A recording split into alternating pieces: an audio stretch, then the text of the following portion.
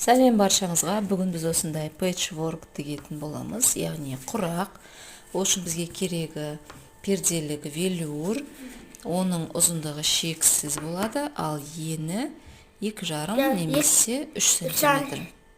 3 сантиметр. Түсін өзіңіздің қалауыңыз бойынша ала бересіз. Мен жағдайымда ол фиолетовый және ақ. Бетіңіз ақ. Сосын әсет түкті соны.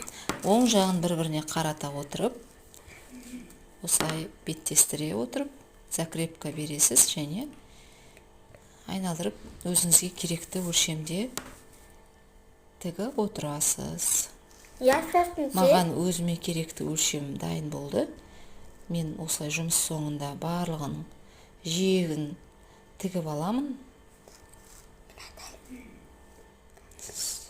Сосын әжен не деп Закрепка береміз.